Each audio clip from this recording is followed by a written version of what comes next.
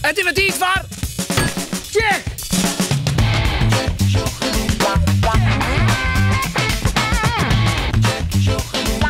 Check, shock en ontdek! Ja! Je hebt hoe net bang te wezen. Je hebt dat ik iemand tik maar deze kneppel jou. Maar dat ga je net verzinnen, want je bent vierste aardig. Maar dit is de kneppel van Kneppelvreet.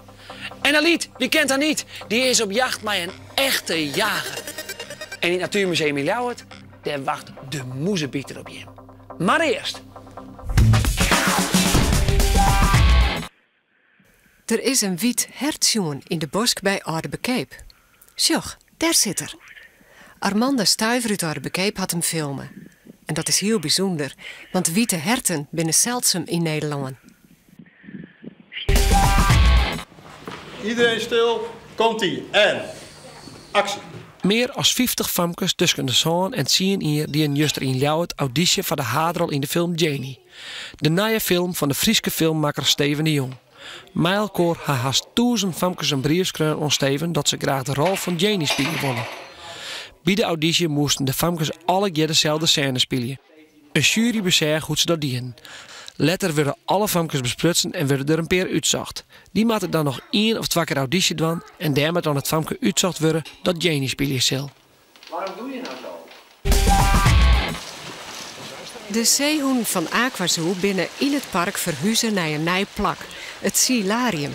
En dat weer nog best een klusje. Maar de bisjes binnen blieb met haar nieuwe plakje. Beziekers kunnen nou in een tunnel de zeehoen ek onder water zwemmen.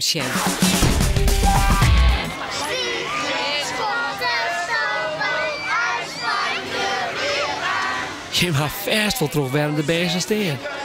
Omdat Sinterklaas er zo aankomt. Wauw. Jongens, schaal je even naast je zwaar. Allereerst komen de pieten aan en dan is echt Sinterklaas in Friesland. Vanzelfs vindt elke niet in dat. Leuk. Waarom? Omdat ik heb nog nooit in het echte jongen. Omdat het leuk is omdat er pakjes komen. Alleen voor de pakjes?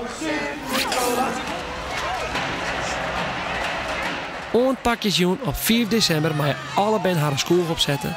Maar dat ga je hem vast al dienen.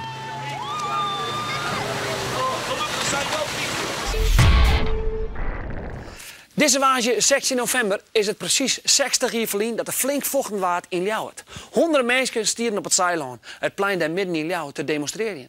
Maar toen kwam de politie en die jagen de mensen met kneppels uit elkaar. En daarom is ze daar Kneppelvreet. Een dag die heel belangrijk is in de geschiedenis van Friesland. Kneppelvreet, 16 november 1951. Nee, er ben geen deden vallen. Er rouwen geen tanks door de stritten. En er is net shitten. Als het verliek is met de opstand in Libië of Syrië, stelt het helemaal niet voor. Maar toch had Kneppelvreet een strijd west die het heel belangrijk west had voor Friesland. Want door Kneppelvreet kregen de Frieske taal zijn jochten die het nou had. De Frieske les op squallen. En check, dat hier er alle keer net west als Kneppelvreet er net west hier. Weg ging het om. Het begon eens met een melkboer. Die verkocht in die tijd zijn zuivel net in flessen of pakken, maar in melkbussen. Er hier er keurig op skreun wat erin zit. Molken en soepen. Maar dat mocht net in het Friesk. Dat moest officieel in het Nederlands, nevens de wet. Dus de man moest van de rechter verschijnen. Een bekende journalist in die tijd, Fedde Skurer, schreeuwde in de kranten dat hij dat belachelijk vond. Waarom zo'n jou in Friesland wel Friesk praten kennen, maar net als het om officiële zaken gaat. Even later moest een veedokter van dezelfde rechter komen. De veedokter wou Friesk praten in de rechtzaal. Maar dat mocht net van de rechter. Ja, ik kon wel Fries verstaan en zei ik verstaan je wel, maar het telt net van de wet. En weer schreeuwde Fedde Skurer in de kranten dat hij dat stom vond. Hij vond het bennige pesterij van de rechter. En zei dat de rechter daarmee de Friezen kweerdie.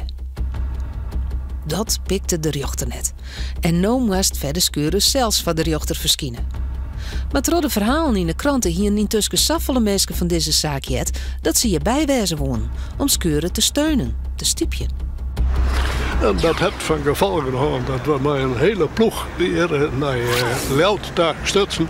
En daarvoor dus ik nog een aardig schotje wachtje moesten voordat we erin komen. Al die mensen passen lang net in het gebouw. En dus blauw een grote groep wachten op het Zeiland voor het gerechtsgebouw. Op het Zeiland wie het merk. Dus een heel soort mensen kwamen nieuwsgierig zien wat er aan de hand was. De politie schrok er bot van. Volle mensen te roppen en te razen. En begon met kneppels de boel uit elkaar te reagen. Je stonden wat krempjes, die kon je makkelijk al brekken. Daar weer nog wat fruit, daar kon je mee gooien. En op zo'n manier begon het op mijn rel te likken. Zelfs de brandweer het oproepen om bij de wettenspuit de mensen te verjaaien. Dat maakte de mensen nog lelijker. Ze kwamen om eens alleen nog maar op voor haar eigen taal. En dat mocht net. Er waren vjochten. En een paar mensen waren oppakt door de politie.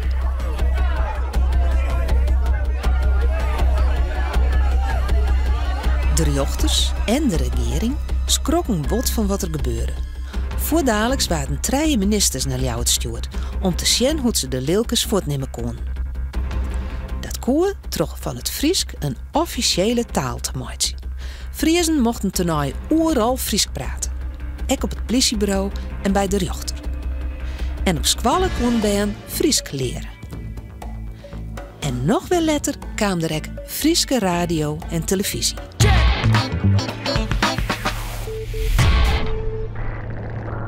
Wat soepen en malken wil net oproepen kan. Of een veedokter die loert op Fries praat. En wat er daarna gebeurde. Door zoest aan je sissen kennen dat dit programma Check mij mogelijk maken is. Toch kneppelvreed. Aliet die is op zoek naar de jager die het alles van de jacht weet. Ik ben heel benieuwd wat ze bij daar is. Aliet?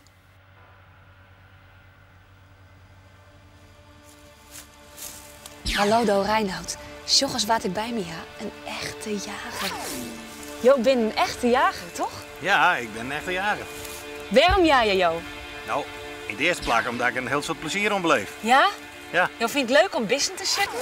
Ja, ik, maar het is volle meer dan dat. Vertel eens dan, wat is het al hier? Het is de belevenis van de natuur. Dat je mooi in het veld zit en de natuur wordt wekker hier is mooie Friesland. Nou, dat is een hele bijzondere ervaring. En wat op een jager al hier? Nou ja, een jager, ik moet eigenlijk zeggen, de jacht in Nederland bestaat uit 2 dingen. Je hebt de reguliere jacht op 4 wildsoorten. De hazen, de knien, de wilde ain, de verzand en de houdo. Ja. In het jachtseizoen zijn dat de 4 soorten waar we op jagen. En het jachtseizoen, dat is niet het hele jaar? Nee, dat is zeker niet het hele jaar. Wanneer dan? Nou, de wilde ain dat begint 15 augustus. En dan 15 oktober komt de rest erbij. En dat rent dan tot 6 maar 1 december. Oké, en waarom is het dan die periode? Want daarna maait het niet meer, toch? Nee, nou, dat heb ik te krijgen maar dat de besten dan maar jong zitten. En onrust in het veld. Dus dat is eigenlijk de beste tijd, als je dan jagen willen, om dan het veld in te gaan. Help maar een beetje, Boeren. Ja, goed zo. Oh. Wat wie die orenfunctie dan van de jacht? Nou, dat is beheer en skerenbestrijding. En dat is eigenlijk nog zo belangrijk. Ik weet echt niet wat dat is. Nee. Nou, beheer, dan moet je denken aan reewildbeheer voor de verkeersveiligers. Want als je een ree van dik 20 kilo voor de auto krijgt, dan krijg je een soort skeer. Het is net alleen nog heel sneu voor het beest, maar het is ook heel sneu voor degene die zijn auto totaal losrijdt. Oké, dat is dus beheer. En jou zijn nog iets? Skeer. Skeer. Ja. De boeren hier, die hebben gewassen, als nou eerst juist, die hebben wintertarwe inscheren. En die wintertarwe op het moment dat de shitjes de groen ingaan, dan zijn er een hele soort beesten, bijvoorbeeld doven, die vinden het lekker om die shitjes eruit te pikken. Dan komen de plantjes net op en daar heeft de boer skeer van. Want de opbrengst, daar moet de boer van leven. Op die manier. En dan helpen we de boer. Nou, dan shitten we misschien op midden een paar doven en de rest die blijft dan voort. Hey, zit je nou nog een plakje daar? Mooi, want dan kunnen wij intussen even zien naar je spiksplinter naar je trekkie. Want deze keer is Sportclub Cambuur weer aan de beurt. Hallo, ik ben Wout Drosten, rechtsback bij Cambuur. Ik zal jullie wat laten zien, bepaalde trucs die ik zelf heb aangeleerd samen met een jongen van vroeger op straat. En ja, regelmatig gewoon hoog houden. It's a tricky, this little one too. What if it is a lunatic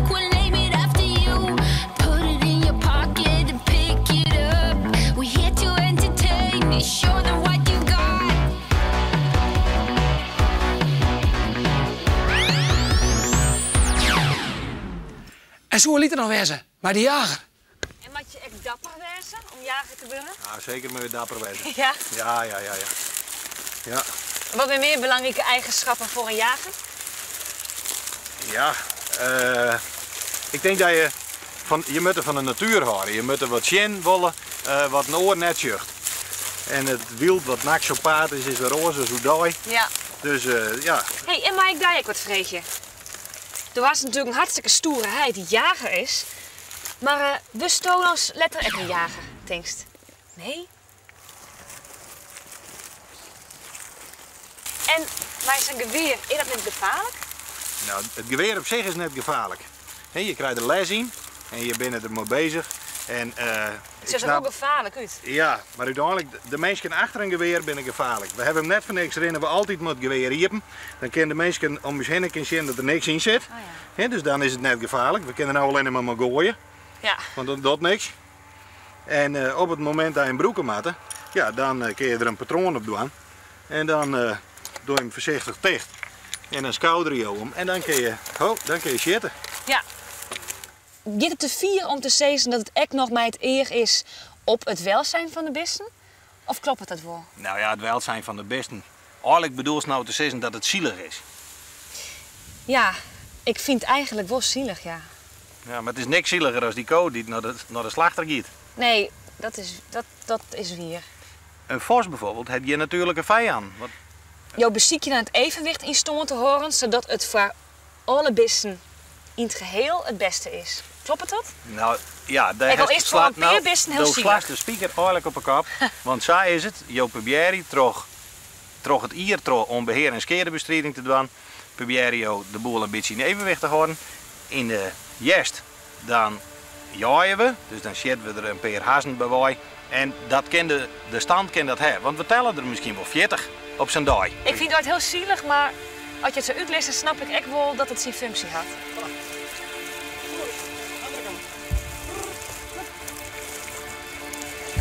Nou, Reinoud, is het wat voor jou? Want volgende weekend, hè? Doeg! Oké, Aliet. Na je weekend. En jagen we er? Nee, dat is niks voor mij. Houdoe! Hey jongens, even een quizje. Wist u wat een moezenbieter is? Is dat A, een moezenvallen? Is dat B, een luus die tot moezen komt? Of is dat C, een hinder met hele grote tusken? Dus is het A, B of C? Het is vanzelfs D, een roofvogel. We beginnen dus van de ene jager naar de oren.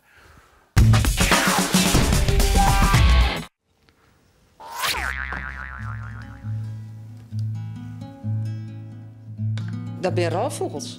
Ja, dat klopt. Dit zijn roofvogels. Dus hiervoor, dat is de hauk, de havik. Dit is een rede wiekel, de torenvalk. En hier in mijn hand heb ik een moezenbieter, dat is een buizerd. En hoe deze lijst hoe ik het eigenlijk graag ga, want die komt heel tijd meer voor. Ik in Friesland. Je er misschien wel zitten aan de kant van de dik op een pijltje of zo. Ja, ik zie ze een hele soort zitten. Nou, dat kan wel kloppen, want ze komen steeds meer voor. In 1980 waren er nog zo'n 1650 en nu zijn er wel weer zo'n 10.000. En een van de oorzaken is dat DDT verbeen is. In 1970 is dat verbeen. En DDT dat weer een soort landbouwgif. En dat mochten de boeren toen nog broeken en daarna dus net meer. En door dat DDT gingen een hele protobesten deer. En daarna heeft die moezenbieter de kans gekregen om zich steeds meer uit te breiden. En daarnaast wordt een hele grote besten deer in het verkeer. Nou, deze moezenbieter is net zo zinnig, dus die eet ik de besten van die dering binnen. Dus er komt heel veel meer verkeer, dus ik steeds meer de besten. Ja, kun je wat meer vertellen over hoe er zijn prooi vat? Ja, nou die moezenbieter die kan op verschillende manieren jaaien. De eerste is dus van een pijltje, bijvoorbeeld aan de kant van de dik of aan de kant van de grijde. En dan shot er een moeska of een liets vogeltje. En zodra hij die dan shot, dan doekt hij erop uit en die griept hij dan met zijn klauwen. Nou, de tweede manier is dat hij jij een vliegende wei. Dan zweeft hij als het ware in de lucht. En dan broekt er zo weinig mogelijk energie. Dan broekt er eigenlijk de luchtstromen. En nou ja, als hij dan een prooi shot, begint hij te bidden. Dan hangt hij als het ware helemaal stil in de lucht. En dan doet er daarna ik op zijn prooi en die griept hij dan ik met zijn klauwen. En de derde manier is, dan rent het door de grijde op zoek naar slakken en insecten. En dat doet hij eigenlijk vooral in de maaitijd en in de jest.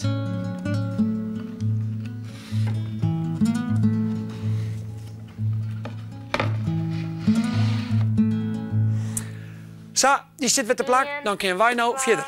3, 4, 5, Hey, Ken het beeld even wat gutter, jongens? 8, 9, 10, 11.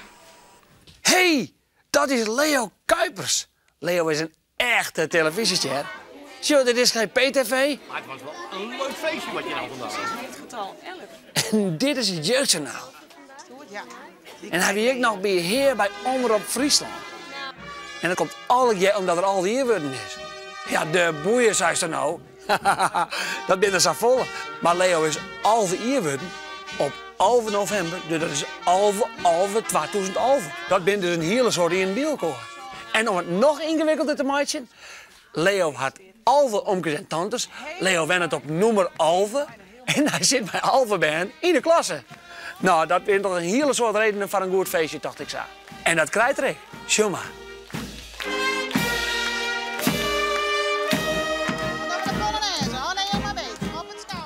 Ja, een prachtige dag dus van Leo. En wat zou Leo zijn geluksgetal wezen? 11. Heeft er wel eens wat geluk mooi? Ja, wel. Vertel. Maar de bingo meestal wel. Daar ik hem op een kaartje en dan hek hem ik altijd. En maar welke tal winst dan? Meestal 11. Ja, je dat echt weer? Ja, soms wel. Net altijd.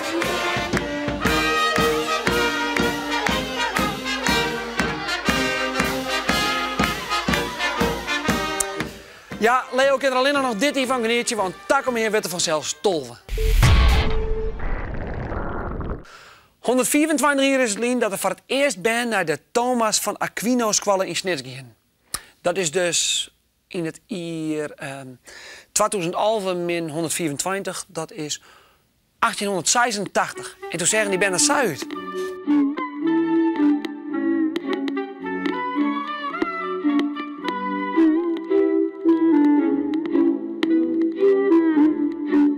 Freed hield dus kwal een feestje en ben deze foto's verkocht. De opbrengst gaat naar het Beatrix Bennenziekenhuis in Greens.